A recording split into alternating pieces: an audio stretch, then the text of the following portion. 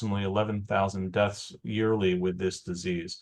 We're talking about squamous cell carcinoma of the mucosa of the upper airodigestive tract. As far as risk factors, the traditional risk factors, which are still potent today, are tobacco and alcohol. There's now a different disease, which is HPV, human papillomavirus related oropharynx cancer. These diseases, this disease has a local regional character, which means that the threat to patients' well-being primarily comes from the primary tumor and the regional lymph nodes, more so than distant metastatic disease when it in comparison to some other cancers. And the folks that have tobacco and alcohol related cancers have a high risk of a second primary cancer, such as lung cancer or esophagus cancer.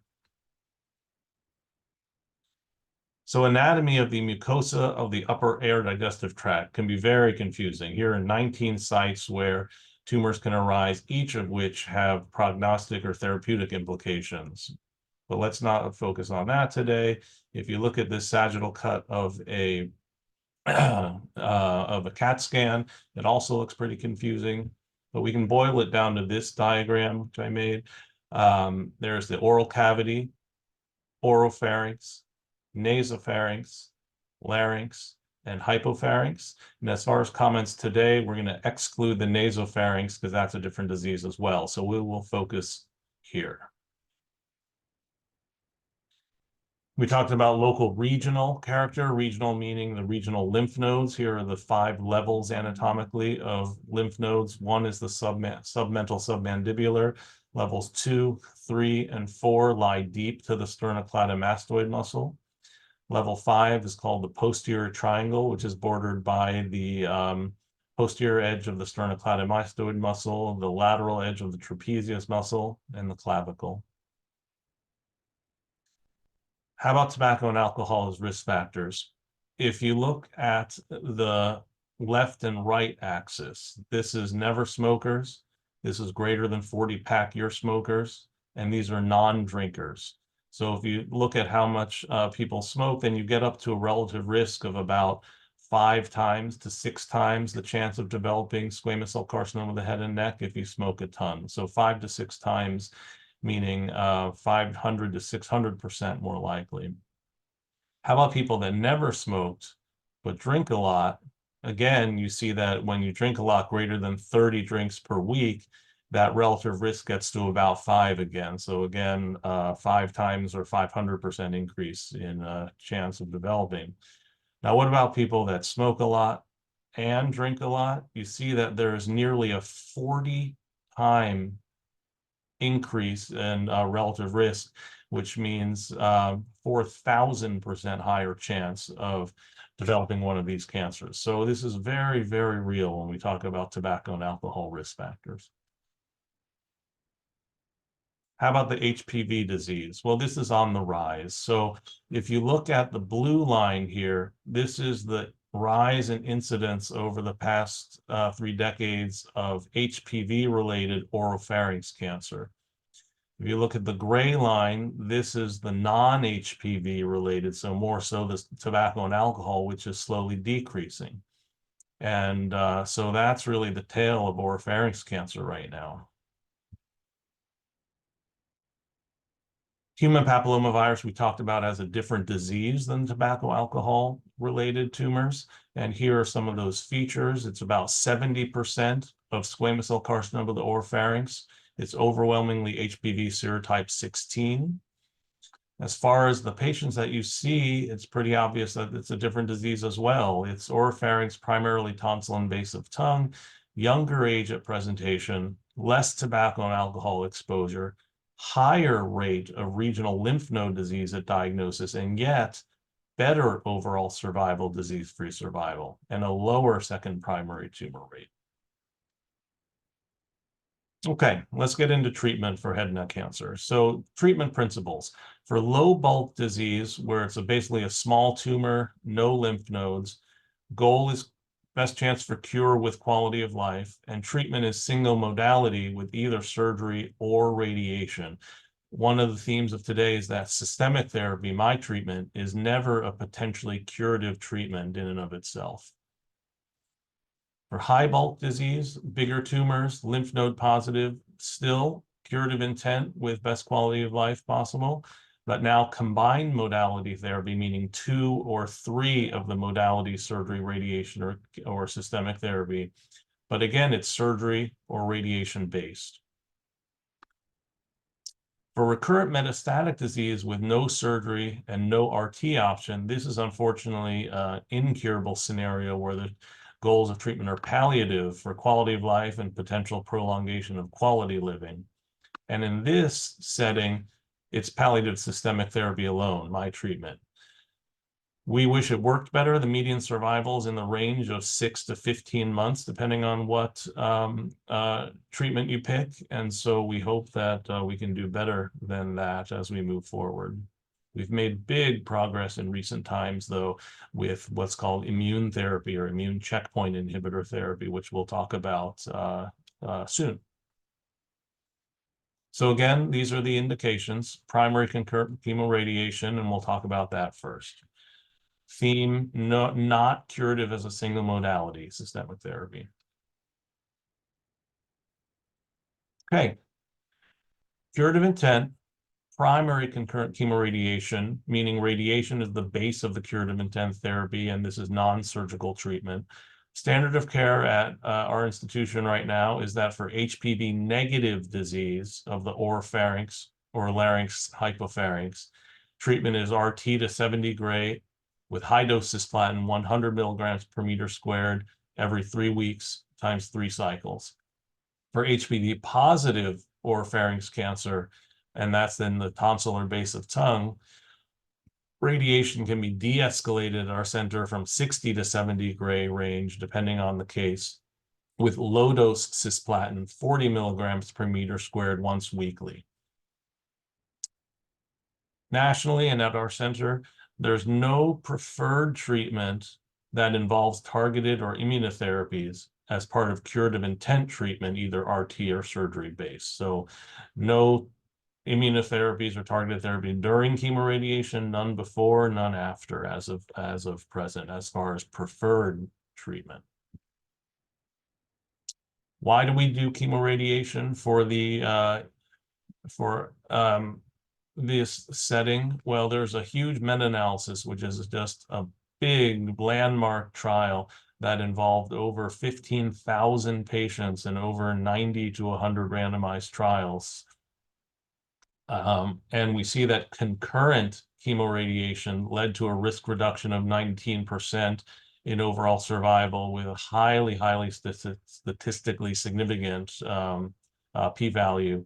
And that translated into an absolute benefit of 8% relative risks. That means the neighborhood of 1 out of 11 or 12 patients, the concurrent chemoradiation is going to be the difference between cure and not cure. We talked about adjuvant or neoadjuvant systemic therapy, and you see that the risk reduction is not clinically significant and basically has no benefit. Again, this is a graphical demonstration of that same thing. When you talk about concomitant or concurrent chemotherapy, you see that this dark black line, which I'm tracing here, which hopefully you can see, is the equivalency line. And you see that the whole box for concomitant is left of the line, meaning benefit. That's statistically significant. If you look at the induction or the adjuvant, you see that those both cross the equivalency line, no benefit there. What about choice of chemotherapy? This is again from the meta-analysis. Well, you look at the chart here and you see that this box is the box that is left of the equivalency line most potently, but that this box and this box as well are on that side of the line. Well, the most potent one is a platinum agent, which is cisplatin without 5-FU.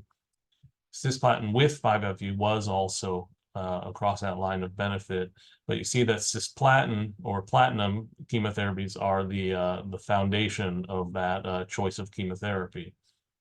So that's why we pick cisplatin to be our concurrent chemotherapy with radiation. So that's for like oropharynx cancer. What about larynx and hypopharynx cancer? Well, the landmark trial here is the VA larynx preservation trial. Large randomized trial, 166 patients randomized to each arm. And it showed that you can preserve larynxes in about 2/3 of patients and yet have very little difference in overall survival. And this was really a landmark trial. This led to, now let's go back here. This was surgery, which is total laryngectomy, followed by radiation. And the comparison was chemotherapy alone, followed by radiation, so not concurrent. So the question out of this study is, well, what if you do it concurrently? Is it better? Well, that's what RTOG 9111 looked at. And the arm one, which is the comparator arm, was the induction chemotherapy alone, followed by radiotherapy. Arm two was looking at concurrent chemoradiation alone. And arm three was saying, well, is there really benefit of chemotherapy? What about if you do radiation alone? Here are the results. For larynx preservation, you see that 5-year larynx preservation is very much the highest in concurrent chemoradiation. It's lower in chemotherapy followed by radiation, and it's lowest in radiation alone. What about, so that's larynx preservation. What about overall survival? Well, you look at the overall survival again, and between the three arms, you see the overall survival's no difference. So what that means is you can preserve larynxes at an 84% rate at 5 years, and yet not sacrifice in terms of overall survival. Okay, so how come I keep saying that induction chemotherapy prior to primary chemoradiation is not standard? Well, if we look back in the 80s and 90s, there were multiple randomized clinical trials that looked at chemotherapy alone, either before or after radiation or surgery. The theme of these trials all came back that overall survival had no improvement, local regional control had no improvement. But still, proponents of induction chemotherapy said, well, let's look further. This is cisplatin 5-FU as the standard at that time for induction chemotherapy or adjuvant. And so they said, well, what about this regimen TPF? So not just platinum fluorouracil, but Taxotere platinum fluorouracil. And this is a randomized phase 2 trial. There's no comparison to standard chemoradiation. So it's just looking at two investigational arms. And after chemotherapy induction, people receive concurrent chemoradiation with weekly carboplatin. Now note that that's carboplatin, not cisplatin. Carboplatin is not standard of care, cisplatin is. And that's based on that meta-analysis. Now, overall survival, the TPF, the modern induction chemotherapy regimen, had an overall survival benefit compared to the platinum fluorouracil. But there's still a question of, well, what about compared to our standard, which is concurrent chemoradiation alone? That led to two large randomized trials that were designed and tried to be accrued, but they were not accrued to full patient numbers. It looked at TPF chemotherapy, followed by 2 regimens of concurrent chemoradiation. And that was compared to our standard of platinum concurrent chemoradiation. There's the DECIDE trial, which again looked at TPF induction chemotherapy, followed by 2 different regimens of concurrent chemoradiation. Well, the bottom line of all those studies is that the DECIDE trial and the Dana-Farber trial showed that there was no increase in overall survival. So induction chemotherapy is included in NCCN guidelines prior to concurrent chemoradiation or radiation alone, but it's a category 3 recommendation, meaning major disagreement on whether induction chemotherapy should be even in the guidelines at all. And I firmly fall with the majority group, which says that it should not have been included. In induction chemotherapy prior to chemoradiation, there's no established survival advantage. There is higher toxicity for sure. There's longer treatment. And so concurrent chemoradiation continues to be our standard. The randomized control trials, the Dana-Farber and the DECIDE trial, they closed due to poor accrual. You can get high response rates. And so if you choose to use, so it's very potent at shrinking cancers, it just doesn't translate to overall survival benefit. If you choose to do it, the standard clearly is the TPF regimen, Taxotere or docetaxel with cisplatin and fluoride. So here at our center, we use induction chemotherapy before chemoradiation very rarely, only in very select scenarios where for instance, it takes 2 weeks to plan radiation. If somebody has a very quickly progressing tumor, then we use TPF for 1 cycle or 2 cycles to try to shrink that tumor to control it prior to being able to do our preferred chemoradiation. But again, very select scenarios here. Okay. So that's talking about primary chemoradiation in the HPV negative group that we just talked about. Well, what about chemoradiation in the HPV positive group? And the theme here is de-escalation of chemoradiation because the overall survival is so much better. And the question is, can we maintain that survival benefit, that excellent survival, but with de-escalation, less toxicities, better quality of life? So again, this is a slide we saw before about that rising HPV incidence. It's a very big issue. So we talked about the overall survival being better. Well, let's look. That came out of RTOG 0129 trial. And when they looked at oropharynx cancer, they saw that there was a low, intermediate, and high risk, meaning good, medium, and poor risk. The good risk or low risk was HPV positive, very light or never smokers, and the overall survival rate at 3 years was 93%. Very high cure rates. For the high or poor risk category, if you were HPV negative and you smoked a ton, the overall survival rate is only 46%, and that's stage for stage. And if you have a combination of one of the two, either HPV positive heavy smoker or HPV negative never smoker, the chance was pretty good at 70%. But you see again that difference between 93% for HPV positive non-smokers compared to 46% for HPV negative high smokers. So just a markedly difference in overall prognosis. So that led to RTOG 1016 that looked at oropharynx cancer P16 positive, which is our surrogate for HPV positivity. And it looked at the standard IMRT to 70 gray with cisplatin 100 Q3 weeks compared to still IMRT 70 gray, but de-escalating to cetuximab weekly. There was another de-escalation trial, NRG HN002, again, oropharynx cancer HPV positive, never smokers. And they looked at 2 different ways of de-escalating. So this was a randomized phase 2 trial of lower radiation with low-dose chemotherapy, cisplatin, 40 milligrams per meter squared weekly, compared to radiation alone. Well, at our center, we thought that this de-escalation was too much. And so we investigated this treatment, which has turned out to be our new standard of care in our institution, which is de-escalated radiation, 60, not 70, and de-escalated chemotherapy, low-dose weekly chemotherapy, as opposed to high-dose every 3-week chemotherapy.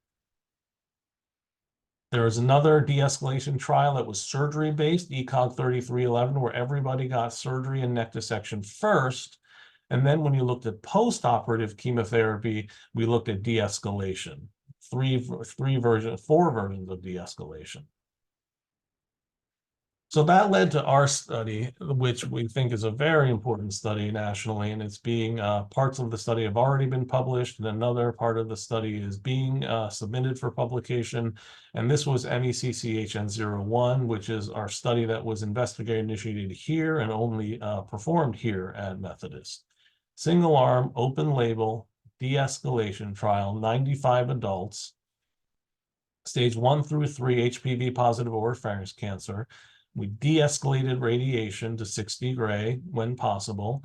We de-escalated chemotherapy of cisplatin to low dose weekly. Surgery treatment, if surgery was performed, was unchanged. And we looked at outcome measures of survival as well as quality of life. Because remember, that's the goal. Try to maintain cure rates that are very high, that 93% 3-year overall survival you just saw in HPV positive never smokers. So trying to maintain that high cure rate with better quality of life. So we looked at both of those outcomes. Well, the study that's already been published very recently showed that with here, if you can see, decreasing doses of radiation from bottom to the top, that you saw that overall quality of life was better. You see these scores increasing. Very statistically significant. What about depression? Again, with decreasing radiation, you see these negative numbers go smaller and smaller, which means that the depression was less, and depression incidence was less and less. Again, very statistically significant. So with reduction in radiotherapy, improved overall quality of life, reduced depression. The overall survival analysis has been done and is in process of being prepared for publication. Okay, so we just finished talking about primary concurrent chemoradiation. What about postoperative concurrent chemoradiation, curative intent?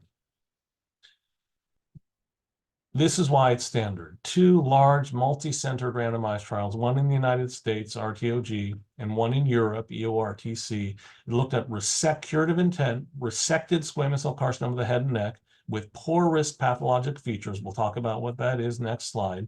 And they were randomized to the standard of radiation alone at that time, compared to the investigational agent at that time, which was radiation with concurrent cisplatin. So very simple, very clear, very pertinent question, nice and simple.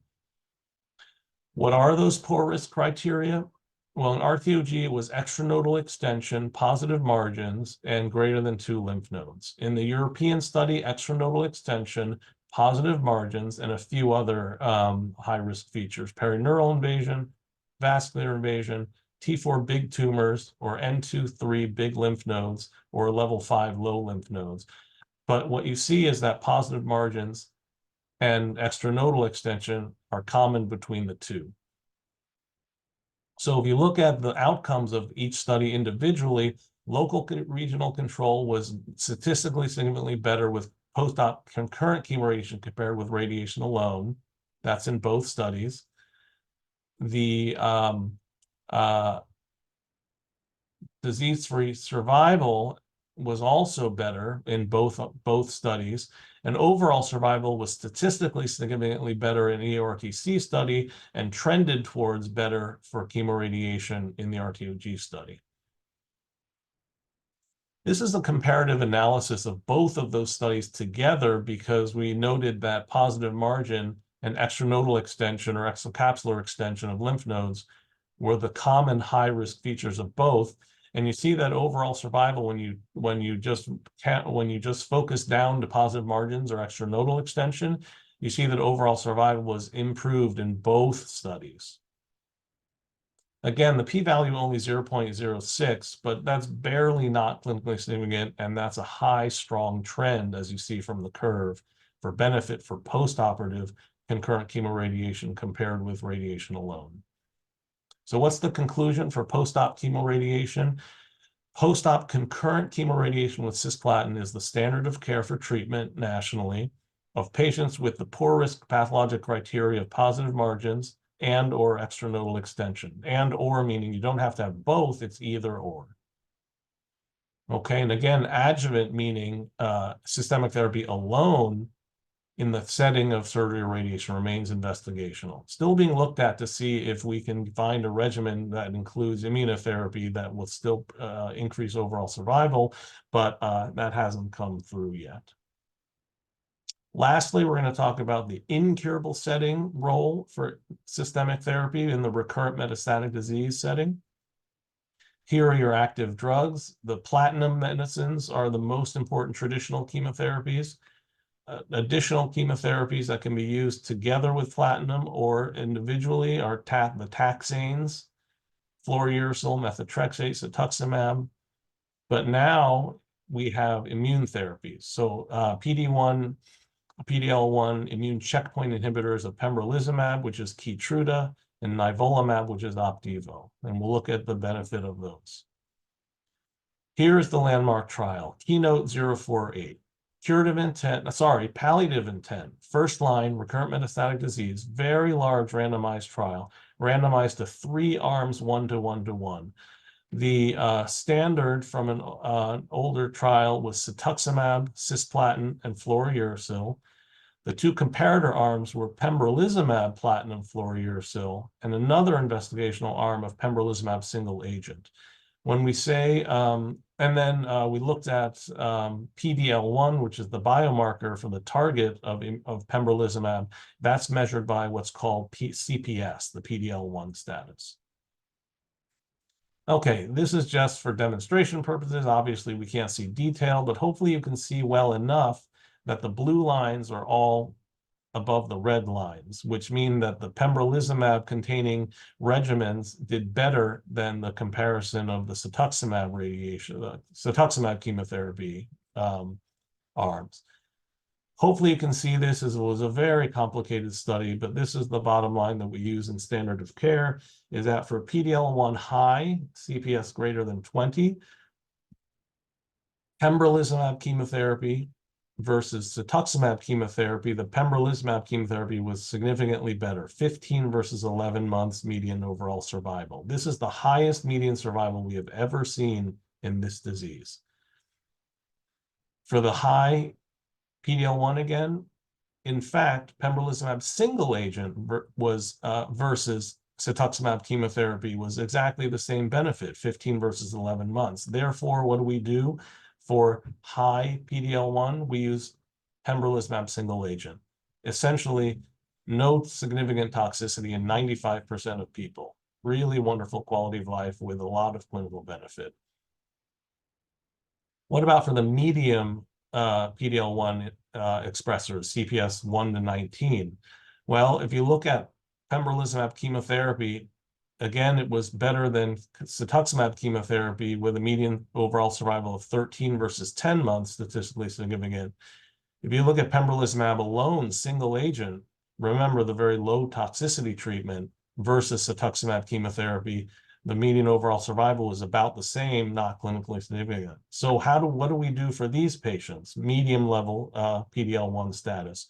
Well, we use pembrolizumab alone to start with because you don't sacrifice any overall survival, and the side effects are so much better, and you can still add chemotherapy on later if it doesn't work well. What about for the PD-L1 negative patient, CPS less than 1? Well, you see that overall survival is no different if you did pembrolizumab chemotherapy versus cetuximab chemotherapy. It was equivalent. Versus pembrolizumab single agent versus cetuximab chemotherapy, pembrolizumab alone did worse, 8 versus 11 months. So what's our standard of care for PD-L1 negative disease? We use pembrolizumab with chemotherapy. Pembrolizumab chemotherapy has much lower toxicity than cetuximab chemotherapy again. So this was a really landmark trial that put pembrolizumab into the picture for first-line metastatic incurable disease in all settings. A really landmark trial, improved patients' quality of life significantly and improved their overall survival. Okay, so that was, when we said pembrolizumab plus chemotherapy, that chemotherapy was carboplatin and 5-FU, which is a pretty toxic chemotherapy regimen. What we really use in real life here and at many, many centers is pembrolizumab with carbotaxol, which has much better quality of life than carbo-5-FU for that first line setting. Why do we do that? Well, pembrolizumab plus carbotaxol has established activity in the KEYNOTE-B10 trial, and then cetuximab, carboplatin, taxane versus cetuximab, carboplatin, 5-FU, similar efficacy, much less toxicity in the GORTEC trial. So that's why we use pembrolizumab with carbotaxol as our preferred by many oncologists nationally, including me, over pembrolizumab, carboplatin, 5-FU. If we get into the non-pembrolizumab, the traditional chemotherapies for recurrent metastatic disease, bottom line here is that multiple randomized trials were done with different platinum combinations with different agents, trying as hard as we could back in the 90s to find an effective regimen, and none of them were very good. Median survival is 5 to 6 months to 8 months in all of those randomized trials. Pretty bad. What about EGFR targeted therapy? So this was the targeted therapies before we had the immune checkpoint inhibitors of pembrolizumab and nivolumab, looking at cetuximab, erlotinib, gefitinib, and again, median survivals were terrible, about 6 to 8 months. So what's the palliative chemotherapy conclusions? Well, first-line pembrolizumab plus chemotherapy or minus chemotherapy has median survival 11 to 15 months, which is much better than before pembrolizumab. PD-L1 CPS status is the response biomarker you saw. Remember, we said that in the KEYNOTE trial that the PD-L1 status is what predicted the benefit for pembrolizumab single agent. And still, second-line chemotherapy we just looked at shows median survival is approximately 6 months, which is obviously means that novel targets and novel agents are still needed for the recurrent metastatic disease setting. So this is what we talked about today. We're at the end of the talk. We talked about squamous cell carcinoma background, and we talked about the 3 standard of care clinical indications for systemic therapy in squamous cell carcinoma of the head and neck, being primary concurrent chemoradiation, postoperative concurrent chemoradiation, and recurrent metastatic disease. All right, thank you for being here. I went a little bit over. I'm sorry, Dr. Chu, and I am done. Are there any questions? Thank you very much, Dr. Su. That's a very good talk. Moving on to the other side of our treatment is Dr. Max Chu for radiation oncology, another colleague that is important in helping our patients navigate their journey through their cancer treatment. So with no further ado, Dr. Max Chu to discuss radiation therapy in the head and neck cancer patient. Good morning. I'm Max Chu. I'm one of the radiation oncologists, as Dr. Lindau said. Dr. Su did a great job really summarizing kind of the role of chemotherapy and radiation, both in the treatment of head and neck cancer and kind of all of the data supporting why we do things the way we do. And so for my purposes this morning, I was planning on focusing more on kind of the radiation side of treatment, and rather than provide you with all the same data that Dr. Su just gave you, take you into more of an understanding of how we do things on our side, and what happens when a patient comes to see us, and how the treatment process goes, and what exactly happens on our side of things, since it's not always very well publicized for people. So I have no disclosures. And all right, so basic introduction. As we know, cancer of the head and neck is a very heterogeneous disease with multiple subsites that Dr. Su went over. And really our management of these cancers depends largely on where the cancers are coming from. And so we've got nasal cavity, paranasal sinuses, nasopharynx, oropharynx, hypopharynx, oral cavity, larynx, salivary glands. And with such a heterogeneous group of diseases and different ways to manage each of these, depending on what exactly we're dealing with, you can understand why having a multidisciplinary team approach is pretty much required in order to make the best decisions as far as how to manage these patients. And so that team typically includes surgeons, medical oncologists, radiation oncologists. We have dentists involved, speech language pathologists, dietitians, and then nursing and all of the support staff that goes with taking care of these patients. And so radiation can be used either in combination with or without surgery or chemotherapy, kind of depending on what the setting is, whether we're using it as a definitive treatment, an adjuvant treatment, or just in a palliative setting. And over the decades of radiation therapy, there have been more and more advances kind of ongoing that allow us to improve our techniques of how we can plan and deliver treatments in order to try to maximize the efficacy and minimize the toxicity of treatment. Back in the older days of radiation, it was a much more toxic treatment than it is now. And even now, we still do deal with some toxicities that we're continuing to try to minimize. The different types of radiation therapy that you might hear about, include external beam radiation therapy or brachytherapy. Brachytherapy is basically a fancy way of describing like internal radiation, where we're placing radioactive sources kind of directly within or near tumors. But for the purpose of this talk this morning, we'll focus mainly on external beam radiation therapy, just because it's not very often that we use brachytherapy in treating head and neck cancers. And so, one question that patients often ask is, how does it work? Like, what are we doing? And basically, radiation therapy damages the DNA of all of the cells that are within the treatment field and ultimately destroys their ability to replicate. And so oftentimes patients will say, well, how do you target just the cancer cells and not the normal? And the answer to that is we can't. And so everything that's within our treatment field gets affected, whether those are normal, healthy cells or, bad cancer cells. But the big difference between those two types of cells is that cancer cells have impaired repair mechanisms. And so what radiation does is it causes what we call sublethal damage to the DNA of all of the cells that it exposes it to.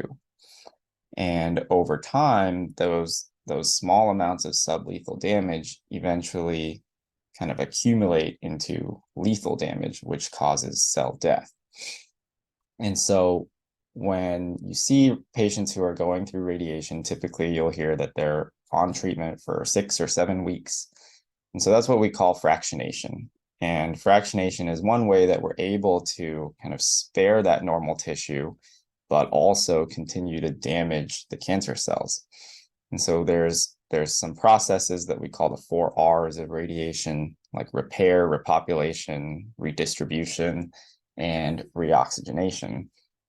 And basically what that means is with repair, kind of like I just mentioned, those normal cells can repair that sublethal damage. And so when we fractionate radiation, we want to give a total dose of 60 to 70 gray. But if we gave 60 or 70 gray all at one time, we'd kill the patient. And we don't want to do that. So we split treatments up into small fractions that are given 5 days a week. And with each fraction, it causes those small amounts of sublethal damage to all the normal cells. But in those 24 hours between each treatment day, those normal cells have had that ability to repair that sublethal damage. Whereas the cancerous cells who lack those repair mechanisms, they continue to accumulate that sublethal damage and ultimately get to a point where their DNA structure is too fragile and basically leads to the cell dying. So one of the other R's is repopulation. And that is basically the regrowth and replacement of cells that have been damaged or destroyed in between fractions. And so that can benefit normal tissue cells in the way that if those cells get damaged, that they get replaced. And so your normal tissues can kind of keep functioning. But on the flip side, cancer cells can also repopulate. And so for that reason, you'll hear us telling patients that we really want to avoid long treatment breaks. Sometimes if patients are not very compliant, they show up here and there and not always on schedule, or, something like if they're having really bad side effects, they might need to take a treatment break. But we really try to minimize it because those breaks could allow for potential repopulation of those cancer cells that we're trying to get rid of.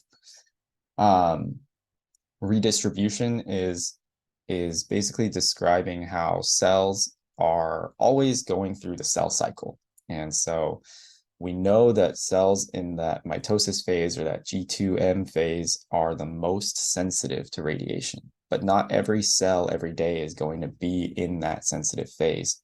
And so when we fractionate treatment, the cells that are not in that phase one day may be in that phase the next day. And so that way, over the course of those 6 or 7 weeks, those cells are redistributing through the cell cycle.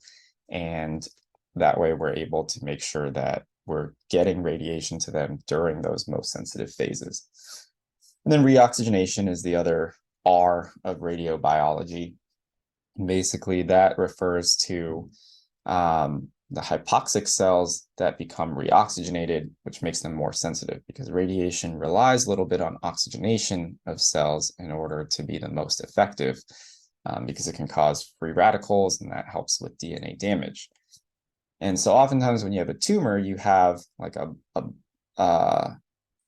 blood supply that provides oxygenation to that tumor. And if the tumor is large, those cells that are very close to the blood supply are the most oxygenated. And so as those cells kind of die off, the blood supply starts reaching the other cells that are further away, and then those get reoxygenated, and then radiation works a little bit more effectively in killing those cells. And so that's just kind of a basic crash course on how radiation works. And when a patient comes to see us, there's a lot more to the team involved rather than just me. We have our nurses, we have dosimetrists who are the ones who actually design and help us optimize the treatment plans that tell our machines how to do what we want them to do. So basically what we're targeting, how much dose we're giving, what tissues we're avoiding, what angles we want the machine to rotate from in order to kind of meet all of those demands. Then we have our medical physicists who they assist with treatment planning. They're also responsible for machine calibration and accuracy, making sure that our machines are working as they should. Quality assurance, and then radiation safety as well. And then we have our radiation therapists who are essentially the technicians who are actually responsible for the daily administration of treatments and operation of those machines. So a lot of times patients will ask me like, oh, are you the one like running the machine? And I tell them, you don't want me to be, because our therapists are kind of trained specifically in running those machines.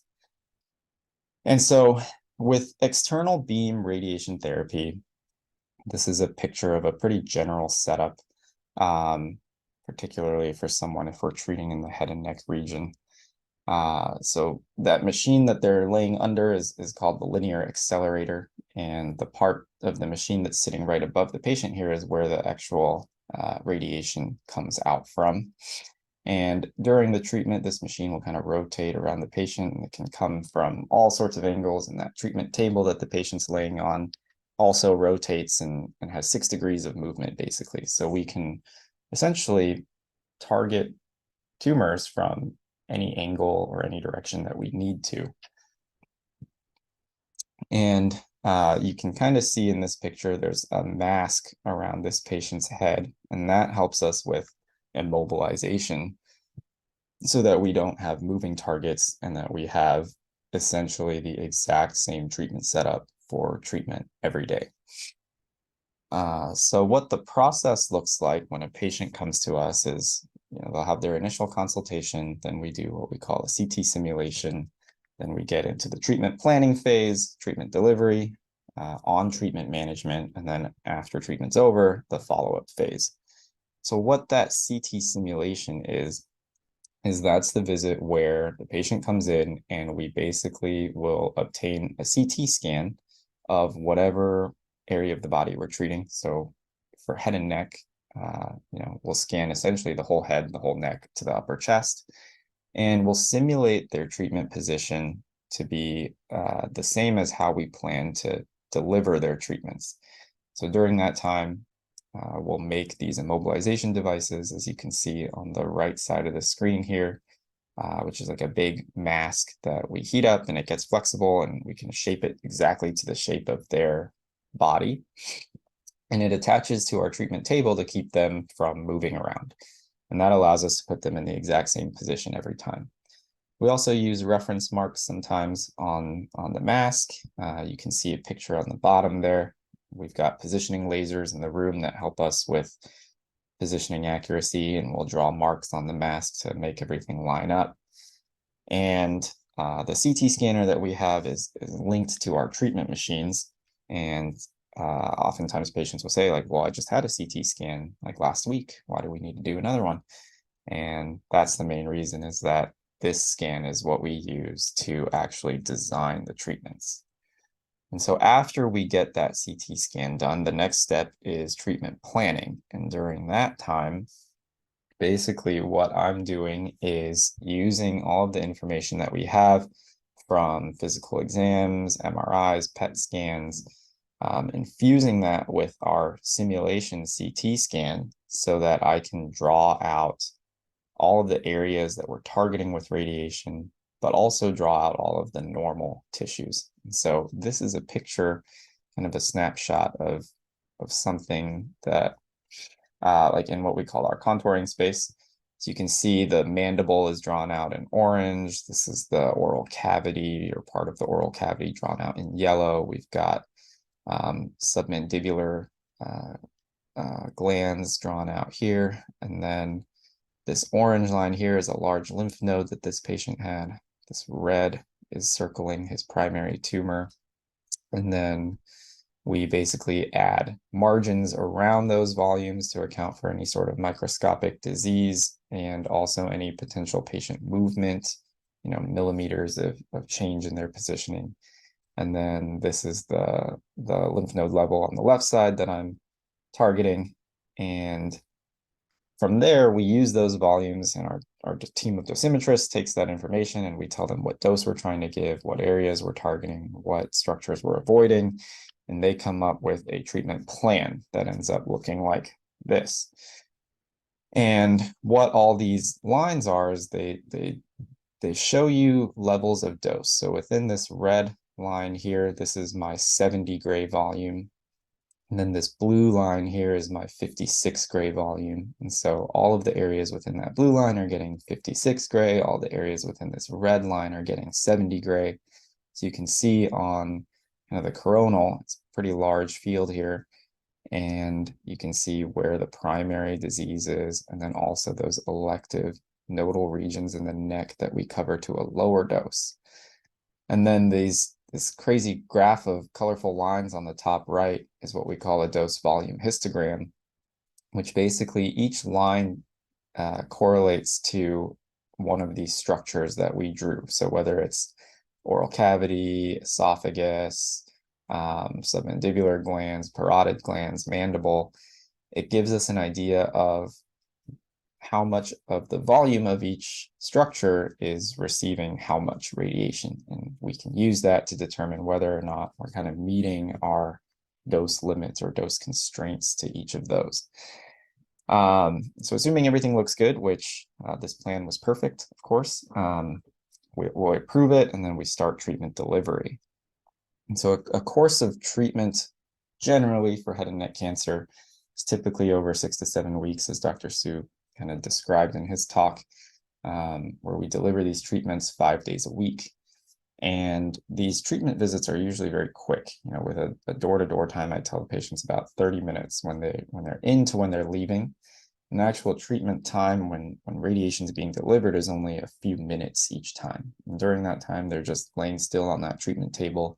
They really don't feel anything or see anything. It's kind of just like getting an X-ray. But after we have them set up on the machine or on the table, we do pre-treatment imaging on the actual machine itself that allows us to make sure that everything is lined up exactly where we wanted it to be. And then once a week, during treatment, I see patients kind of on a scheduled basis just to check in on them, make sure they're doing okay, taking care of any side effects or any needs that they might have as we go along. And so the side effects of radiation, of course, anybody who's taken care of a head and neck cancer patient who's gone through radiation or chemotherapy or surgery, chemo, and radiation has definitely seen some of the side effects that they go through. And for the most part, it's largely dependent on what area of the body is being treated, what tissues are being affected, and how much dose we're giving. But regardless of the site, fatigue is a pretty common side effect that we tend to see. But we can also categorize radiation side effects as acute toxicities versus chronic or late toxicities. And so those acute toxicities tend to be the ones that are temporary. They come on during the course of treatment. They linger usually for weeks to months afterwards, but then they resolve. Some examples of that would be dermatitis, or like the skin changes you see from radiation, or mucositis, the irritation of the mucosa. And then those late toxicities can persist long after treatment's over and sometimes even kind of remain permanent, like dry mouth, depression, hypothyroidism, fibrosis of those tissues that have been radiated. And so there is a nice table talking about some of these common acute side effects in terms of their timing and how we can either prevent them or treat them. And dermatitis is a very common one. You can often see skin changes over the neck when we're treating patients in the head and neck region. It can look and feel very similar to a sunburn, and kind of intensity can also mimic a sunburn depending on how long somebody's out in the sun. So as we get later into the course of radiation, you can see more and more skin reddening, sometimes even some peeling of the skin, and kind of that raw tissue underneath. So we usually give patients like Aquaphor or Eucerin ointments to use on that skin, even starting from the very beginning of treatment, even though we may not see any skin reactions until about 2 weeks into the course. If patients end up having like a lot of peeling and it's raw underneath, we often will give them Silvadene to help with that. With the salivary glands, dry mouth or xerostomia is very common. You'll notice that patients will start to complain a lot about dry mouth. They'll carry water around with them all the time. Sometimes it kind of stays at that level, for years after treatment's over. And oftentimes the main way to prevent that is controlling the dose to their major salivary glands. But in some situations, it's not possible to really avoid like the parotid or the submandibular glands, depending on what we need to treat. It's also common to see patients have changes in taste, or sometimes even lose taste entirely. Oftentimes that can also be related to their xerostomia. And what you'll notice about these preventative strategies is, for the most part, it's reducing dose to whatever structure is causing these symptoms. And so it's just kind of a balanced point that you have to find between minimizing the dose, but also making sure you're covering your targets enough. Mucositis is a very common one. You'll notice patients will get like sores in their mouth, and it'll be painful. We typically will give them like baking soda, saltwater rinses, or there's a product out there called Helios, which is actually pretty good for helping with mucositis. Sometimes they'll require pain medications like narcotics, or we can use like magic mouthwash, which helps alleviate some of that pain while they're like trying to eat or something like that. Nausea can be a common one. Sometimes nausea we don't see too often from radiation specifically, but basically if we try to avoid beams going through that, what we call the area postrema, that nausea center in the brain, that can help. But sometimes dry mouth and thick saliva and thick secretions can make patients feel pretty nauseous too. Fatigue, we mentioned, is a common one, but with fatigue, we kind of encourage patients to stay active throughout the course of treatment, because the patients who do less actually get more tired. So we kind of tell them, hey, like, keep up with your nutrition, keep up with your activity, and you actually should feel better. Depression is a common one for, you know, any patient going through a cancer diagnosis. And then when we're putting them through difficult treatments, of course, that can add to it. In many cases, we put patients on antidepressant medications prophylactically. Alopecia or loss of hair over certain areas is very common too. A lot of times men who have a lot of facial hair on their neck will end up kind of giving them a clean shave on one side, so then they end up just shaving all of it anyways. And sometimes if the hair on the lower part of the head and the back can also get exposed to some of that radiation and start to fall out. Some of these later side effects that we talk about are, you know, lymphedema and fibrosis, which we can see as early as 3 months after radiation's over. Oftentimes it's just unavoidable. But treatment typically involves physical therapy, which often seems to work very well. You know, we definitely have physical therapists who are specialized in lymphedema, and we see really good results when patients go through that. Hypothyroidism is common, especially, you know, when we're treating the neck. The thyroid's right in the middle, so we try to minimize the dose to the thyroid as best as we can, but oftentimes we have to keep a close eye on their thyroid levels just to make sure. And most of the time, in months or years after radiation's over, we'll start to see those thyroid levels dip and have to start patients on supplementation. Hearing loss can also be a common one, especially when combined with cisplatin chemotherapy, which can be ototoxic. Very often we will get baseline audiograms so that we know where patients were at kind of before we started treatment. Most of the time, the only way to kind of fix that is with hearing aids, or really, again, you know, prevention and trying to minimize any dose to the inner ear. Dysphagia can be caused by muscle dysfunction or even esophageal strictures after radiation therapy. Treatment typically involves just swallowing rehabilitation, or in some cases, patients may need to go through esophageal dilation because that muscle gets really kind of stiff and fibrosed after radiation's over. Dental issues, osteoradionecrosis, are other long-term effects that we look out for. You know, that's why it's always very important to get a pre-treatment evaluation to make sure that any teeth that are going to be non-restorable or are already looking pretty unhealthy get removed before, since with osteoradionecrosis, there can be much more difficult time with pulling teeth or with healing after something like that. And so a lot of these patients will get, or pretty much all of these patients will get put on fluoride prophylaxis in order to keep the teeth as healthy as possible. And if they do develop osteoradionecrosis, then typically hyperbaric oxygen plays a role. Other things that we look out for are like brachial plexopathy, you know, trying to make sure we're limiting the dose to the brachial plexus. There's not really a proven effective treatment of it, so mainly preventing it from happening is the key there. And it's 8:32. So in conclusion, you know, we know that a multidisciplinary approach is necessary in treating head and neck cancers in order to have optimal outcomes for these patients. And radiation therapy is an important and effective component of treatment, and it's constantly evolving field. So we're always finding new ways to increase the efficacy but minimize the toxicity. And then managing toxicities is very complex. And I think the first step of it really starts at trying to maximize prevention, and then continuing to screen for late toxicities even after treatment's over so that they can all be managed accordingly. I think I'm a few minutes over, but that's pretty much all I had this morning. If there's any questions or anything, happy to answer them. That concludes the online education. I would like to thank all of our presenters for their experience, knowledge, and expertise. Be sure to subscribe so you're up to date with all of Nebraska Methodist College's continuing education offerings. Thank you.